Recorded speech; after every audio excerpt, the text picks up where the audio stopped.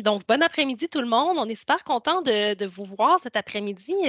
En fait, c'est la première fois qu'on vit le projet Tinkercad à distance avec des classes en temps réel. Donc, moi, c'est une plateforme que Guillaume m'a montrée l'année passée. Donc, c'est une plateforme de modélisation 3D, puis je la trouve super intéressante. Donc, on est vraiment content de vous la présenter. Alors, on va se rencontrer en fait aujourd'hui et deux autres vendredis, donc trois vendredis consécutifs, puis on va vous guider à travers un défi. Donc, au début, il y aura toujours comme une partie théorique où est-ce qu'on va vous montrer des trucs et ensuite, il y aura vraiment la partie de conception, de programmation aussi. Donc, puis vous pourrez vous poser vos questions. Là, on reste avec vous pendant toute l'heure. Quoi d'autre à préciser? Je pense que c'est tout. Donc, ben, je me lance, je vais partager mon écran. On va commencer par un bref survol de la plateforme. Je ne vais pas vous montrer tout en détail parce qu'au fur et à mesure que vous allez vivre le défi, vous allez vous approprier les différents outils de Tinkercad. Alors, c'est parti, je partage. Donc, je suis sur la page d'accueil de Tinkercad. Donc, j'ai ma photo ici, mais c'est vraiment très accessoire, là. Donc, c'est votre profil ici, c'est le nom qu'on vous a donné, donc le pseudo que votre enseignant vous a donné. Si vous ne l'avez pas reçu encore, il n'y a pas de souci, on pourra y revenir plus tard. Donc, pour l'instant, vous n'avez pas besoin d'être connecté sur votre plateforme, là. Vous pouvez tout simplement suivre avec nous. Important de savoir, lorsqu'on se promène sur la plateforme, des fois, si on ne sait plus trop où on est, le bouton de secours, là, c'est Tinkercad ici en haut à gauche. Donc, chaque fois que tu cliques ici, ben, tu reviens sur la page d'accueil. Pendant les rencontres du club, on va travailler à deux endroits sur la plateforme. Donc, on va aller dans la conception 3D. Donc, c'est le plateau de conception 3D.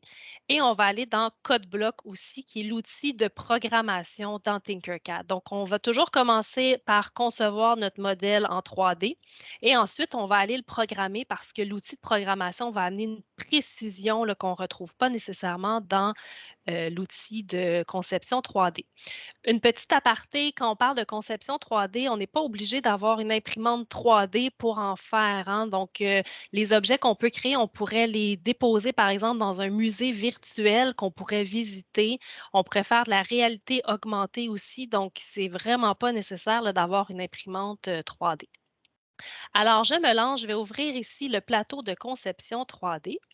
Donc, ici, on voit toutes les conceptions que j'ai faites précédemment, mais là, je vais aller en créer une nouvelle.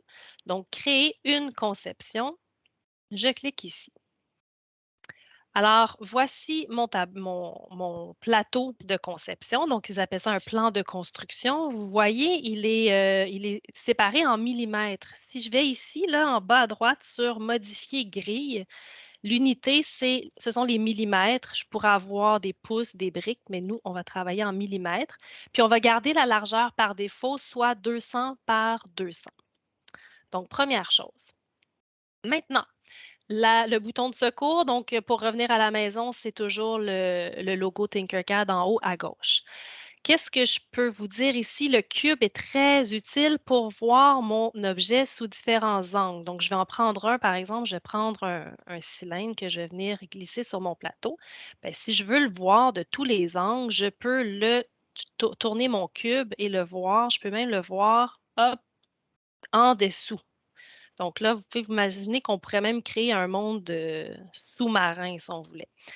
Ici, à gauche, j'ai mes outils pour agrandir, donc approcher, donc voir de plus près, voir de plus loin.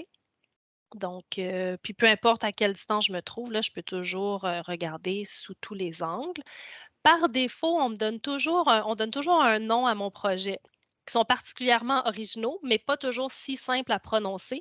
Donc, si vous voulez modifier le nom, vous cliquez gauche tout simplement et vous écrivez le nom que vous souhaitez lui donner. Ici, des petits outils que vous connaissez, copier, ensuite coller. On a aussi dupliquer, donc ça va reproduire la même forme, puis ça va la coller. Si on veut mettre à la poubelle. Et ici, c'est le fameux contrôle ZUT. Donc, si vous voulez annuler les dernières manipulations que vous avez faites, vous avez le bouton CTRL Z. Ensuite de ça, sur la droite, vous avez toutes les formes que vous pouvez utiliser. Donc, par exemple, moi, j'ai utilisé le cylindre, je le prends et je fais tout simplement le glisser. Bien, vous voyez ici que vous pouvez venir modifier là, la taille et les dimensions de votre choix. Vous pouvez changer les dimensions soit en utilisant des petits carrés ou vous pouvez les changer aussi tout simplement en utilisant votre pavé numérique. Donc, les formes simples, ce sont celles qu'on va utiliser pour le défi, mais sachez que, il y a plusieurs autres, formes qui sont déjà disponibles. Mais nous, on va faire appel là, vraiment aux formes, simples. Donc, des prismes, là, des formes que vous connaissez bien. Pour le reste, je vais laisser, Guillaume, vous présenter le défi. Puis en vous présentant le défi, là, il va vous présenter nécessairement d'autres outils dont vous aurez besoin. Alors, Guillaume, je te laisse partager. Euh, Ça s'en vient. C'est bon. Donc, dans le défi qu'on va faire avec vous, là, on va vous demander de faire un dallage. Donc, je ne sais pas si en classe, vous avez travaillé le dallage, j'imagine, parce qu'en 5e année, vous avez, ou peut-être en 4e année, Stéphanie, tu pourras nous dire tantôt si vous l'avez travaillé, mais on va faire un dallage avec vous. Donc, on va partir avec une figure initiale. Ensuite, avec cette figure initiale-là, on va faire une frise et la frise va se transformer en dallage. Donc, on a 3 semaines pour y arriver. Donc, aujourd'hui, on va travailler la figure initiale. Je vais vous montrer à quoi il va ressembler. Donc, je vais l'amener sur mon plateau, là, un autre plateau. Donc, voici ma figure initiale que je vais utiliser pour faire mon dallage. On va faire la même figure initiale, tout le monde ensemble, puis après ça, à la fin du défi, si vous voulez vous reprendre avec une nouvelle figure initiale, bien, vous pourrez. Mais pour la suite des choses, ça va être mieux pour la programmation, vous allez voir, là, pour qu'on puisse vous aider au niveau de la programmation, ça va être vraiment important de garder la même figure que nous. Petite chose intéressante avec Tinkercad, on pourrait comme co-construire, donc je pourrais partager mon projet avec Marianne, Marianne pourrait le poursuivre. Donc, on peut apporter aussi notre figure sur un autre plateau. Donc, première chose importante, quand vous glissez avec votre souris, avec le pavé tactile, il faudrait essayer. Là, donc, on garde le doigt enfoncé sur la souris, clic gauche. Et là, vous voyez un pointillé rouge qui apparaît. Donc, je vais m'approcher là. Donc, clic gauche sur ma souris, je garde mon doigt enfoncé, puis avec le pointillé rouge, là, je vais sélectionner ma forme et je vais venir la copier comme l'a montré Marianne tantôt, donc copier. Puis je vais l'amener sur un autre plateau à l'extérieur de celui-ci, là, parce que je vais vouloir avoir toujours ma figure initiale près de moi pour savoir où je m'en vais. Donc, je recommence. Première chose importante dans Tinkercad, si on veut copier plusieurs formes là, ensemble, donc on clique gauche sur la souris, il y a le pointillé rouge qui apparaît, et là, on glisse, on glisse, on glisse, on garde le doigt enfoncé, on copie. Et là, comme Marianne l'a montré tantôt, j'appuie sur Tinkercad, je reviens sur la plateforme de départ et je vais vous amener à un autre endroit que j'ai préparé ce matin. Je vais copier ma forme ici. Donc, avant de la copier, je vais vous montrer, là, dans Tinkercad, il faut comprendre qu'on travaille en 3 dimensions. Donc, j'ai besoin de travailler avec, il y a 3 axes sur lesquels il va falloir que je me réfère. Donc, on a notre axe des X, qui est de gauche vers la droite, là, avec mon plan de construction qui est vraiment dans ce sens-ci. Donc, de gauche vers la droite, j'ai l'axe des X. Du haut vers le bas, du bas vers le haut, j'ai mon axe des Y en vert.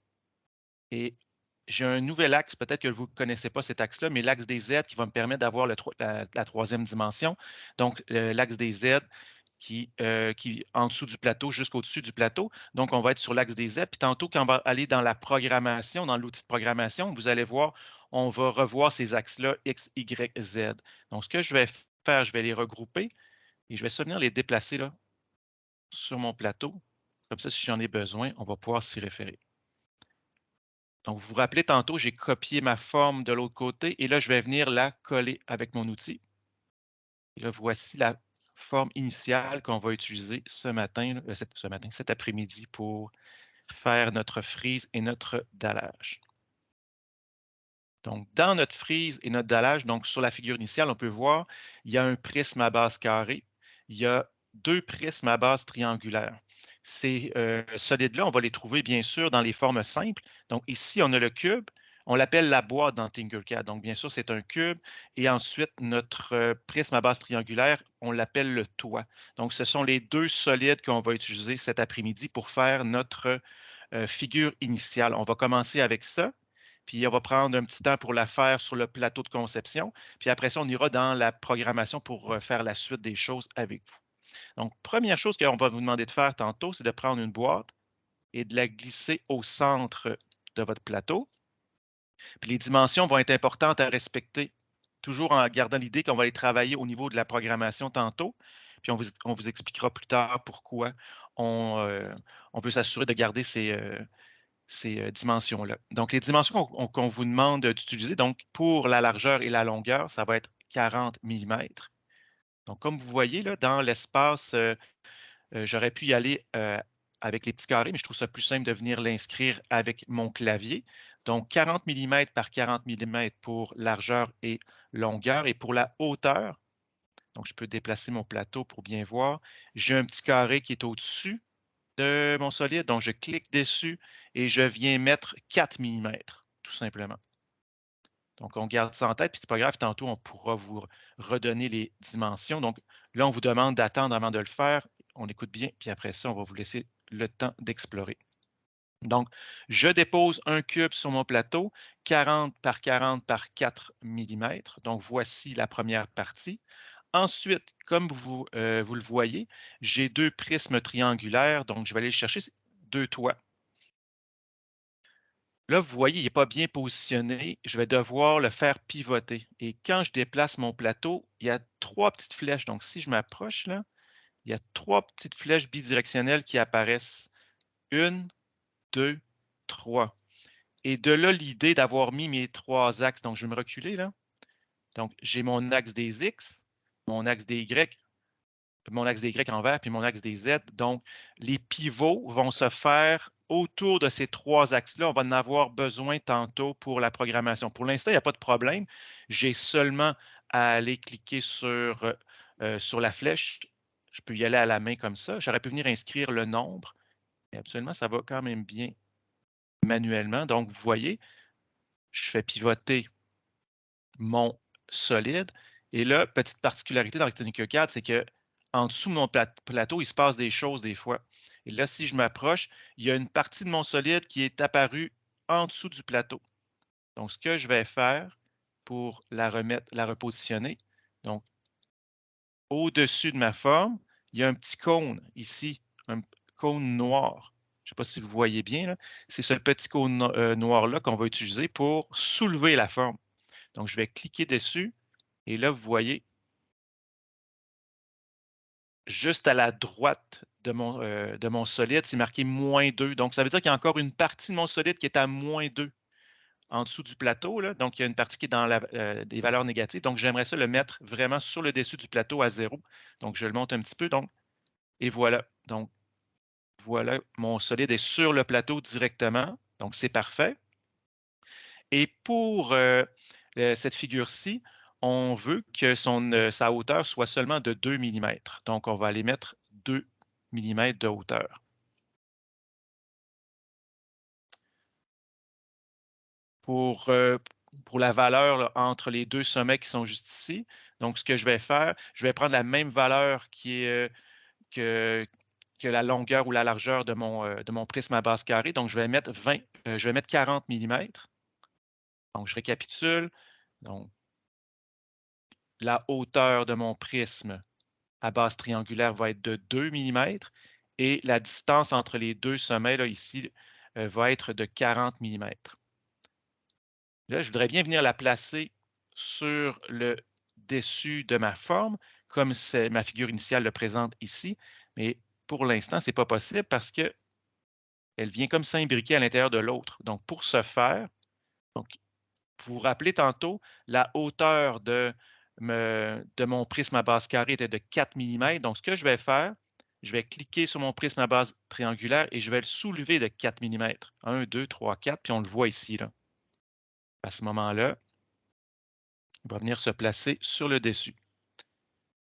Avant de venir le placer, je vais seulement m'assurer que la distance entre la base du triangle et le sommet ici là, soit la bonne. Donc, ça va être la moitié de la largeur de mon carré. Donc, on va mettre 20.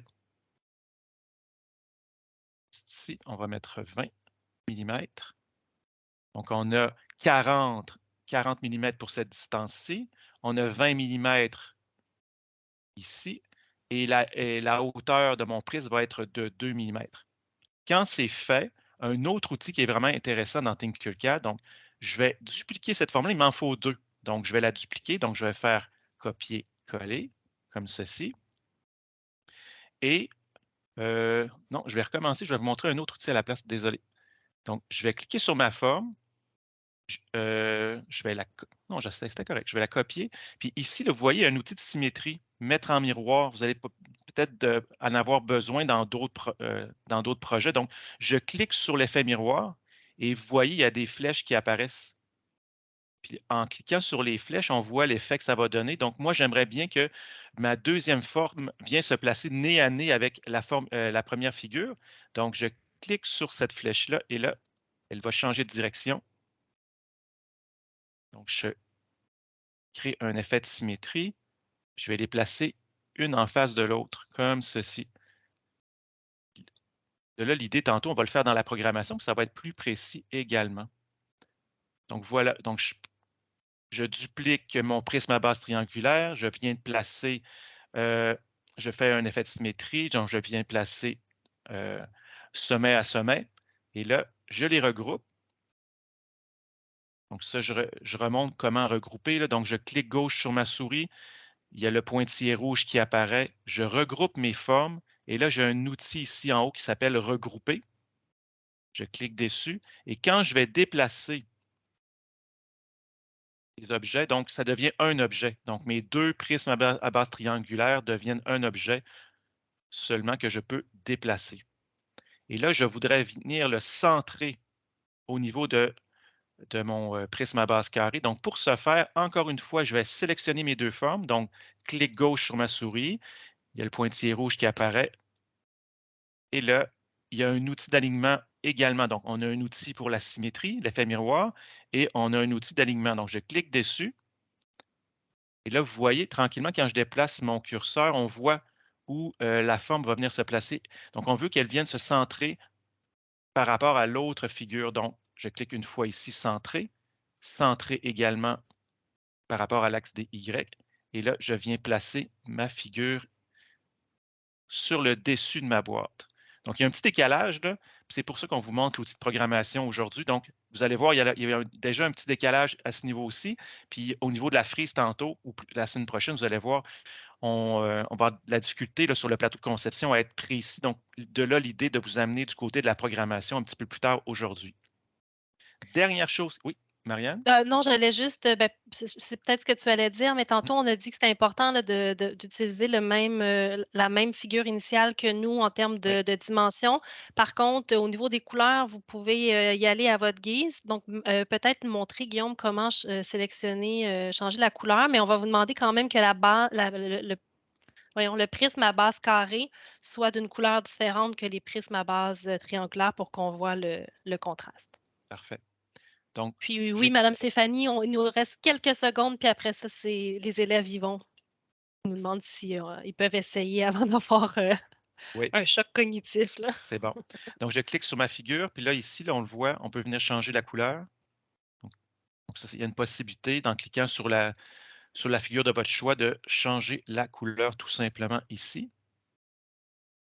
Là, avant de faire le trouage, là, le perçage, je pense qu'on va y aller avec ça. Et quand j'ai terminé, je peux venir regrouper ces deux formes-là. Je termine avec ça. Donc, je regroupe. Donc, je clique gauche avec le pointillé rouge. Je regroupe les deux parties de ma figure, juste ici. Et là, il y a un petit problème qui survient, c'est que tout devient de la même couleur. Donc, ce que je vais faire, je clique sur solide juste ici, puis là, je vais mettre multicolore. Et les couleurs que j'avais choisies tantôt reviennent, sont de retour. Donc, je pense qu'on pourrait y aller avec ça, Marianne, pour commencer. Puis après ça, on pourra monter l'outil de perçage par la suite. Tout à fait. Donc, pour la suite, on va y aller avec le perçage de notre figure initiale. Sauf qu'avant ça, on va regrouper nos 3 figures. Donc, on a 3 solides qu'on va venir regrouper.